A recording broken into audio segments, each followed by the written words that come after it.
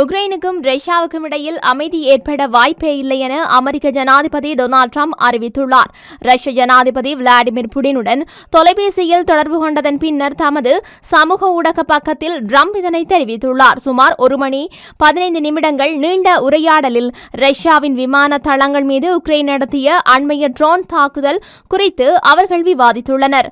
ஞாயிற்றுக்கிழமை ரஷ்யாவின் விமானப்படைக்கு உக்ரைன் ஒரு பேரதிர்ச்சி தரும் அடியை அளித்த நிலையில் புடின் தற்போது பழிவாங்கும் நோக்கில் உள்ளதாக தகவல்கள் தெரிவிக்கின்றன. ரஷ்யா மீது உக்ரைனிய தாக்குதலை உக்ரைன் முன்னெடுத்ததை அடுத்து உடனடியாக ஜனாதிபதி ட்ரம்ப் தொடர்பு கொண்டு விசாரித்துள்ளதும் இரு நாடுகளுக்கும் இடையேயான மறைமுக தொடர்பை அம்பலப்படுத்துவதாக கூறப்படுகின்றது. புடினுடன் இடம்பெற்ற ஒரு நல்ல உரையாடல், ஆனால் உடனடி அமைதிக்கு வழிவகுக்கும் உரையாடல் அல்ல என்று ட்ரம்ப் ஒப்புக்கொண்டுள்ளார். அது மட்டுமன்றி உக்ரைன் அளித்த அதிர்ச்சி வைத்தியத்திற்கு பதிலடி உறுதி என புடின் குறிப்பிட்டுள்ளதாக ட்ரம்ப் தெரிவித்துள்ளார். உக்ரைன் இதுவரை எதிர்கொள்ளாத உக்கிர தாக்குதலை முன்னெடுக்க ரஷ்யா தயாராகி வருவதாக ட்ரம்ப் குறிப்பிட்டுள்ளார். ஆனால் அப்படி ஒரு பழிவாங்கும் தாக்குதல் தேவையற்றது என ட்ரம்ப் எதிர்ப்பு தெரிவிக்கவில்லை என்பதையும் அவர் சுட்டிக்காட்டியிருந்தார்.